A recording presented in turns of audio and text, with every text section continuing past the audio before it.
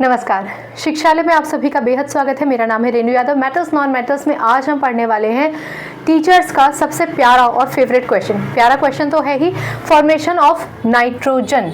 यहाँ आप nitrogen molecule लिखा देखेंगे, इसलिए मैंने दो शब्द बोले, नाइट्रोजन और नाइट्रोजन मॉलिक्यूल। याद रखिए कि नाइट्रोजन अनस्टेबल एलिमेंट है और हमेशा N2 के फॉर्म में ही एग्जिस्ट करता है। वाइडली आप इसको N2 के फॉर्म में एग्जिस्ट करता देखते हैं, यानी कि हमेशा दो नाइट्रोजन के एटम्स कंबाइन कर ही रहते हैं। यही कारण है कि हम इसको डाई एटॉमिक भी कहते हैं। ठीक है, चलिए अब ये देखते हैं कि ऐसा क्यों होता है कि हमेशा डायटॉमिक फॉर्म में ही रहता है। देखिए, नाइट्रोजन जिसको हम N से सिंबलाइज करते हैं, इसका एटॉमिक नंबर है 7, यानी कॉन्फ़िगरेशन हो गया 2n5। कहने का मतलब इसके पास K और L दो ही शेल हैं। पहले शेल में 2 इलेक्ट्रॉन और दूसरे शेल में 5 इलेक्ट्रॉन है। आप जानते हैं कि K शेल तो 2 इलेक्ट्रॉन से स्टेबल हो जाता है, लेकिन K शेल के बाद जितने भी शेल्स होते हैं, L, M, N, आगे चले जाइए, सब में मिनिमम रिक्वायरमेंट 8 इलेक्ट्रॉन की होती है। इसका मतलब कि नाइट्रोजन के पास 5 इलेक्ट्रॉन है, उसको 3 इलेक्ट्रॉन की ज़रूरत है। ठीक है, कोई भी एटम खुद को स्टेबल करने के लिए इलेक्ट्रॉन्स का आदान प्रदान या शेयरिंग करता है, लेगा या देगा या शेयरिंग करेगा स्टेबिलिटी के लिए। अगर आप अब तक लेक्चर सुनते आए हैं तो आपने कई बार ये पढ़ा भी होगा कि किस तरीके से कोई एलिमेंट अपने आप को स्टेबल करता है। नाइट्रोजन कैसे स्टेबल करता है, आइए जानते हैं। तो नाइट्रोजन, इस नाइट्रोजन की हम बात बनाते हैं। कभी भी आपको किसी भी एलिमेंट के साथ दूसरे एलिमेंट को जोड़ना हो, फॉर्मेशन दिखाना हो ना, तो उसके आउटर मोस्ट शेल के इलेक्ट्रॉन्स को बना दीजिए, यानी 1, 2, 3, 4 और 5। अब मैंने यहाँ 3 क्यों बनाए वो भी समझाऊंगी। पहले ये समझिए कि इसके आउटर मोस्ट शेल में 5 इलेक्ट्रॉन है, होने कितने चाहिए, 8, यानी इस नाइट्रोजन को 8 इलेक्ट्रॉन पूरे करने के लिए 3 इलेक्ट्रॉन की ज़रूरत है। क्लियर? एक और इसी के जैसा नाइट्रोजन एटम आ जाता है रास्ते में, उसकी भी सेम कहानी है। उसके पास भी टोटल काउंट 7 इलेक्ट्रॉन का था। पहले शेल में 2, दूसरे में 5। इसका मतलब इसके पास भी 3 इलेक्ट्रॉन यहाँ दिखा देती हूँ और 2 यहाँ दिखा देती हूँ। आगे बात समझ में? चलिए, अब दोनों ही नाइट्रोजन आपस में मिल चुके हैं।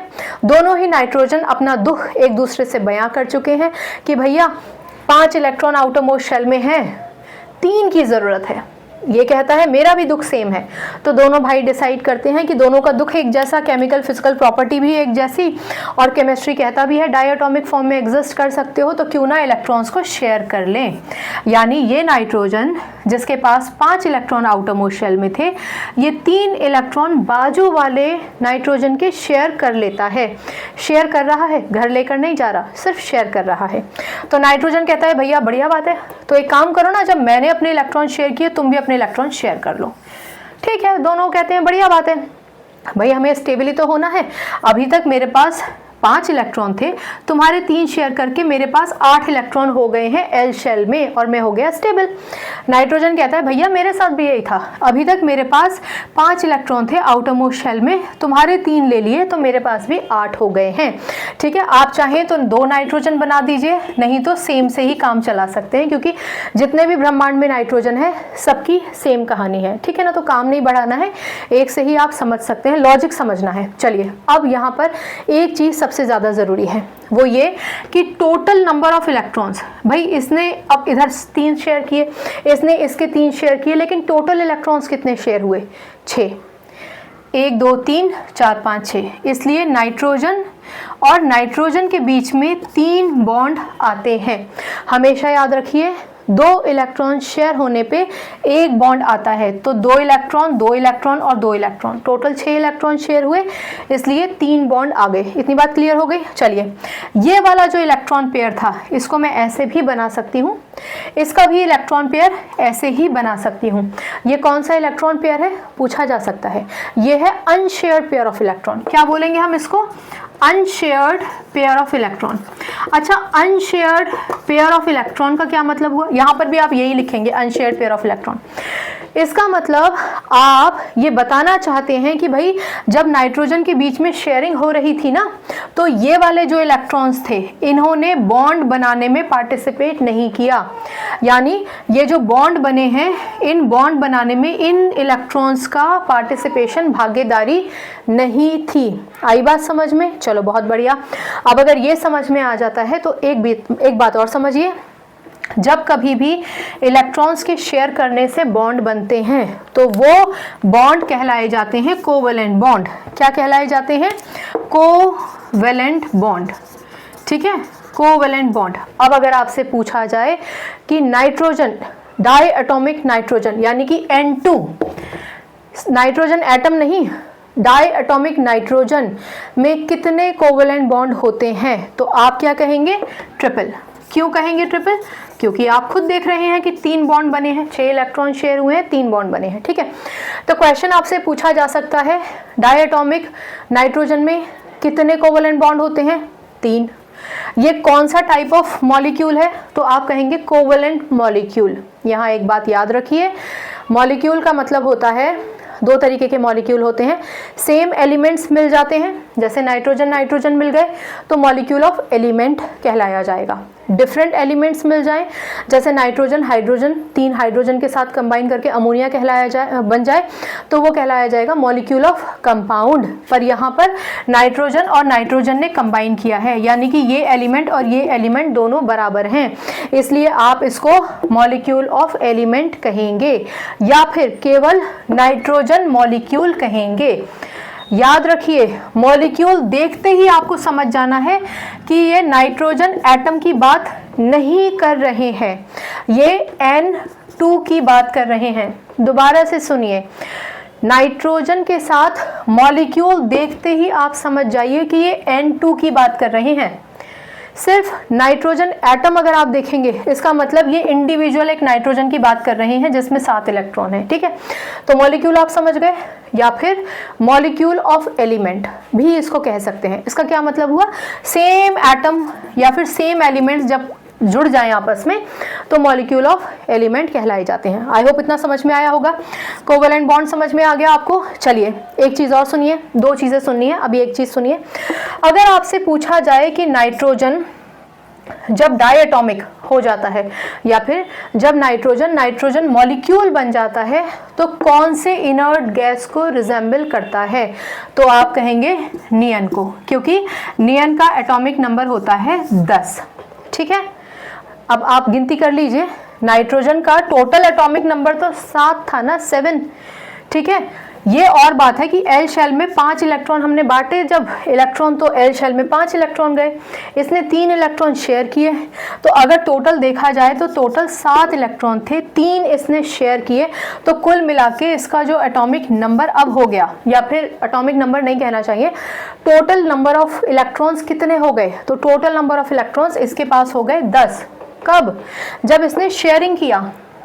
और वो पूछ भी आपसे तभी रहे हैं कि जब नाइट्रोजन मॉलिक्यूल बन जाता है या फिर डाई एटॉमिक नाइट्रोजन का कॉन्फ़िगरेशन कौन से इनर्ट गैस या फिर कौन से नोबल गैस के जैसे रिजेंबल करता है, तो आप कहेंगे नियन, क्योंकि नियन का एटॉमिक नंबर होता है 10 और नाइट्रोजन के पास 7 इलेक्ट्रॉन थे, 3 इसने लिए, शेयर किए और अपने आप को 10 में कन्वर्ट कर लिया।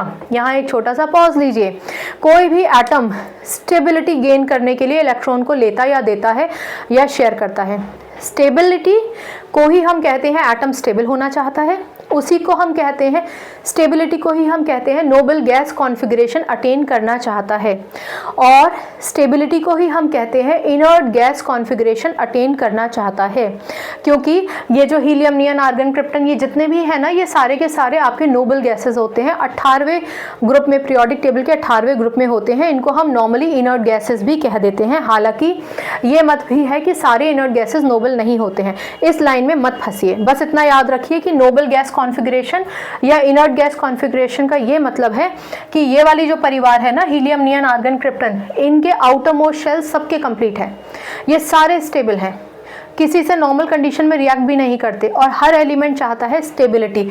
और क्योंकि ये स्टेबल होते हैं इसलिए उस स्टेबल को हम या इनर्ट गैस कॉन्फ़िगरेशन या नोबल गैस कॉन्फ़िगरेशन के नाम से भी जानते हैं।